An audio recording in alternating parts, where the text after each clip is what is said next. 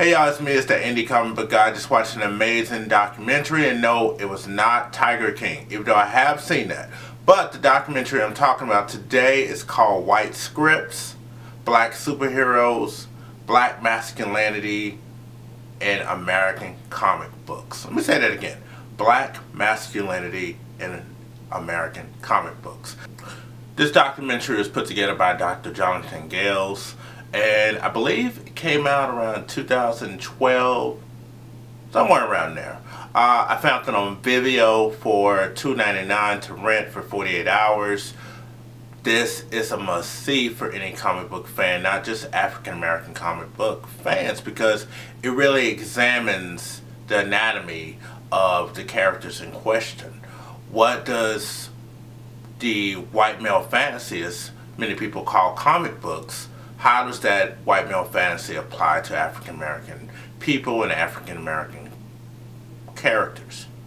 So that's what this film's about, and they interview several creators, several people who, whether they created the character or they wrote the character, or they just have an opinion on these characters. They interviewed several people.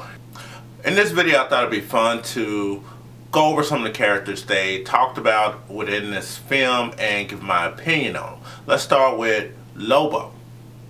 Now, for those of you who are not familiar with Lobo, and no, I'm not talking about the DC Comics crazy guy, which is weird. And let me talk about the DC Comics book character guy for real quick. Okay. First, let's talk about Lobo.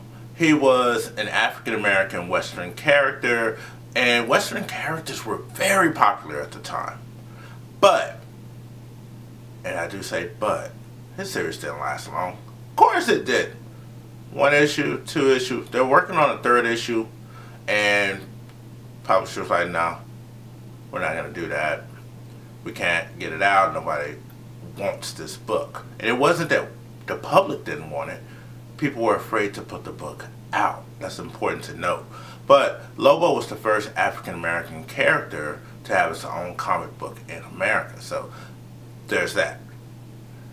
Now, as I said, he was an African American character. He was a black character. So years later, fast forward to, I believe, the 1980s, when DC came out with a character named Lobo.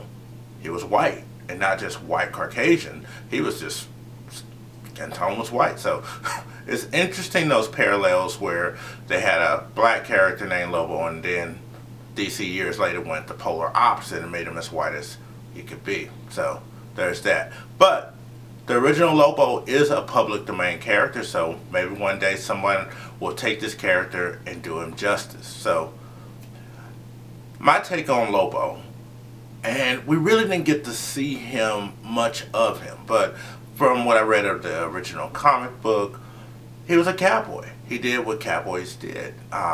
You know, he went out and hustled, and there wasn't nothing overly stereotypical about this character, except, of course, he bowed down to the man.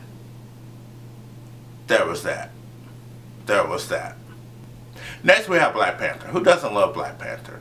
Apparently, a lot of people do not like this character. They do not like the ideal of a fictionalized African king from an advanced country who saves the day. They don't like that.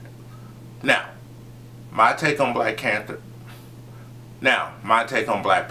He was never a fan favorite in my household growing up. Why? Because I barely saw him. He would pop up in an issue of Avengers every now and then, so I really wasn't that familiar with the character.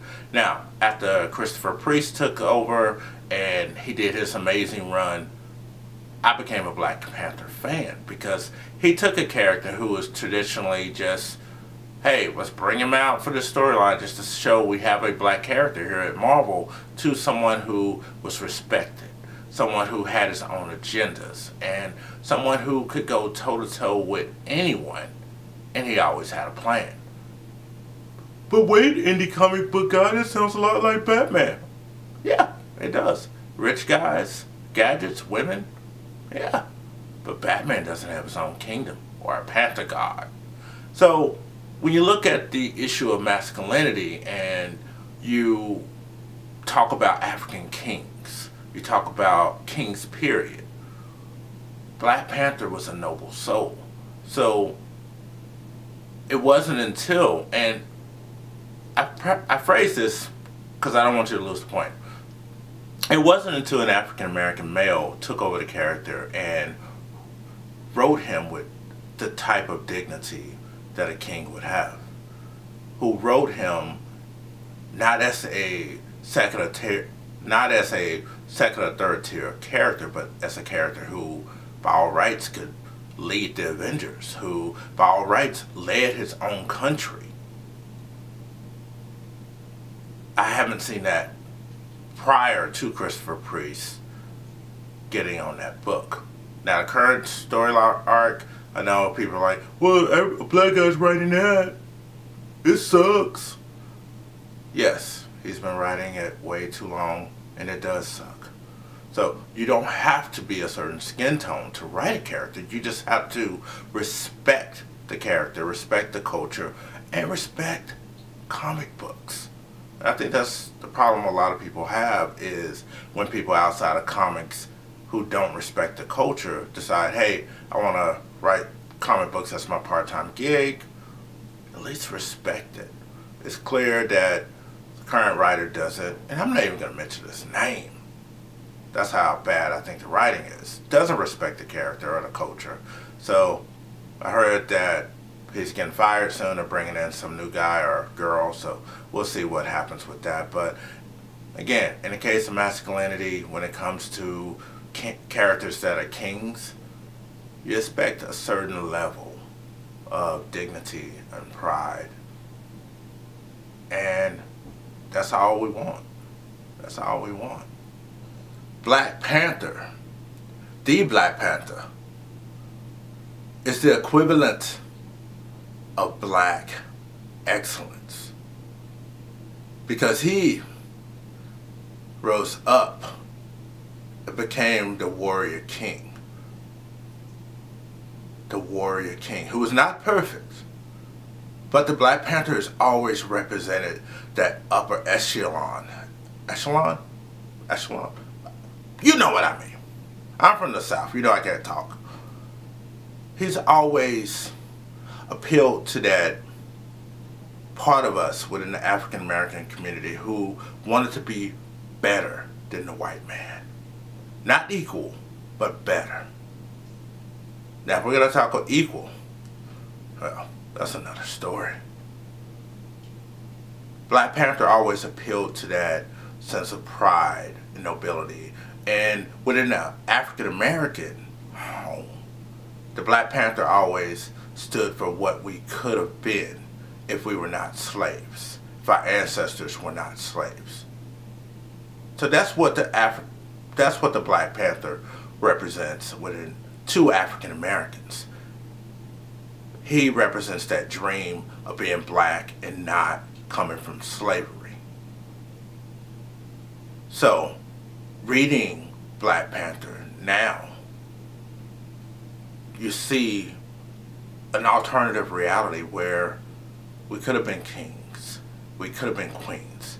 It's common within the African American community to call each other, say what's up my king, yo what's up my queen.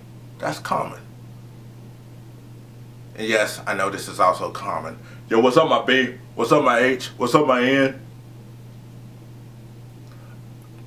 It's the psychology involved in all of that.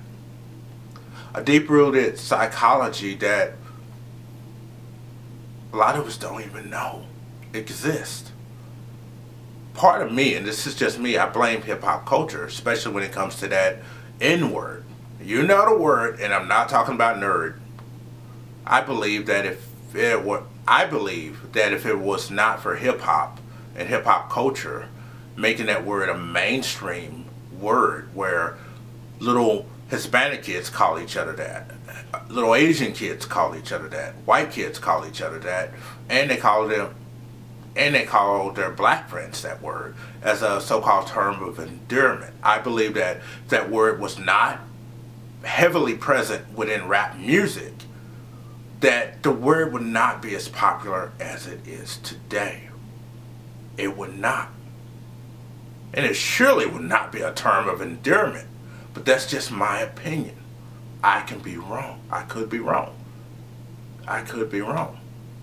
I had a conversation, and I'm in my 40s. I had a conversation the other day with a group of black men and women. And it was a few white friends and cousins there, so to speak, there within this conversation as well. And I asked them, how many times have you been called a racial term by somebody of the opposite race? They looked around.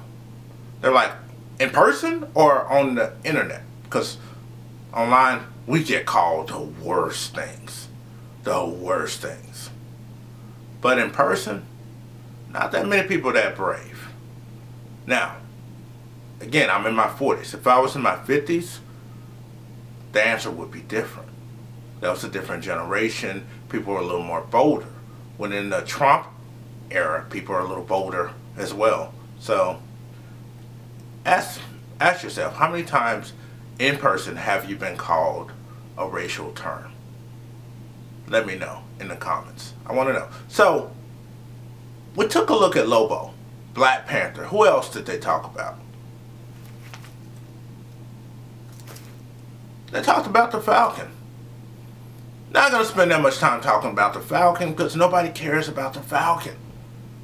He was just there to be Captain America's bee. No one ever looked at the Falcon the way people would look at Robin and Batman's relationship, or Batman and Nightwing's relationship.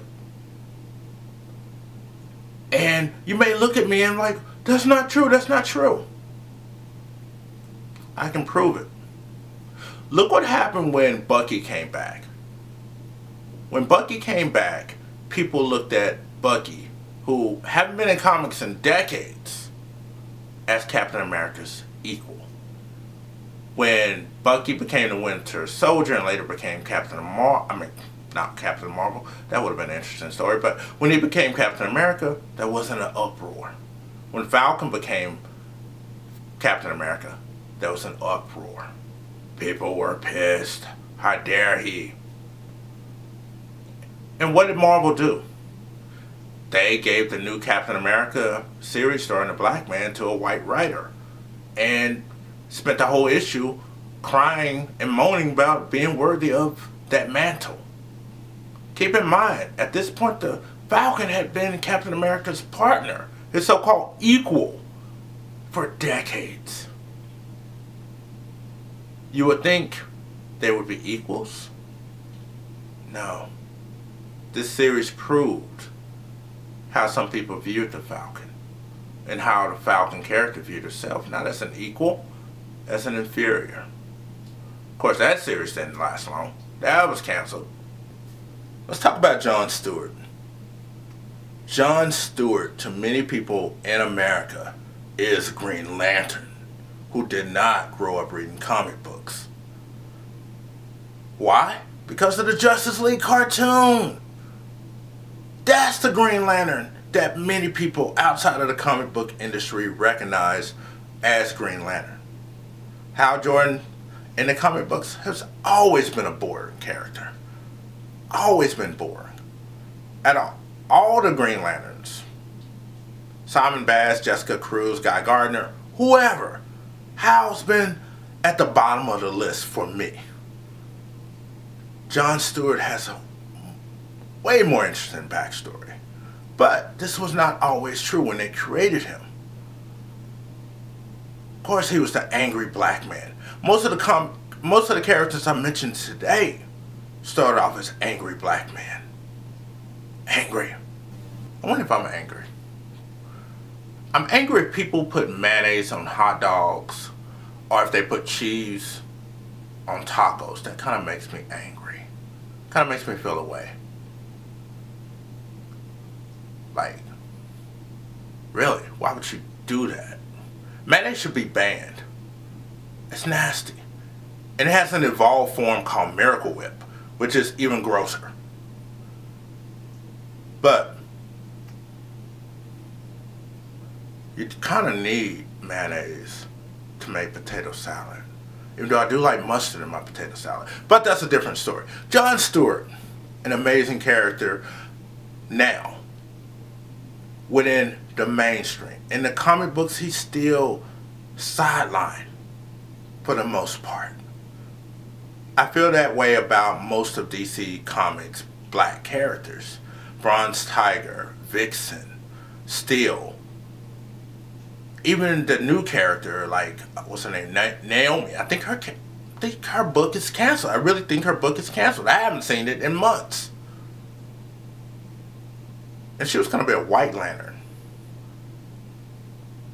DC has a bad habit of just putting their black characters on the sidelines. Marvel has a bad habit of just jacking up their black characters. And how many of them have really had their own ongoing series? Not any that have stuck around, not recently anyway. So, that's the polar extreme. DC, who they have black characters and other POC characters, they just sideline them. Marvel has a bunch of them. But in recent times, they're not going to be the main protagonists of the story. They're just not. And this is despite their outcry for diversity. Makes you wonder.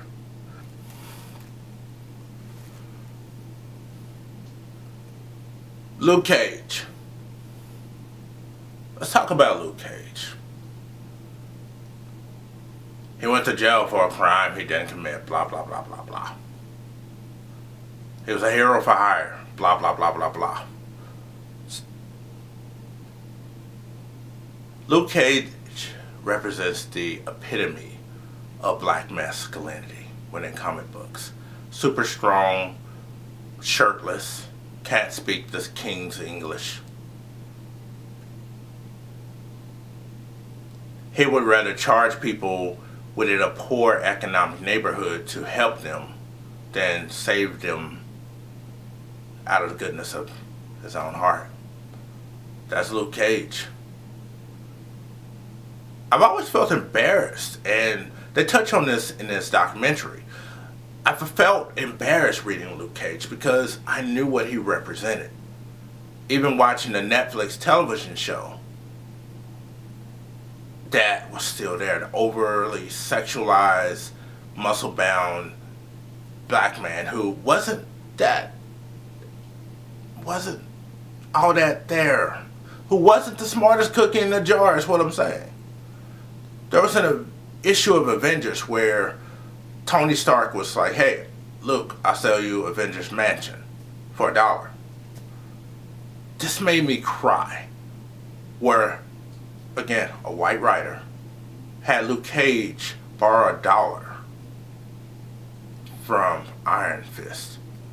He had to borrow $1. Luke Cage had to borrow $1. White scripts, black superheroes. That's all I gotta say about that. That's all I have to say about Luke Cage. The documentary went on to talk about a few other characters, like a character named Tyrok, who apparently was a member of the Legion of Superheroes.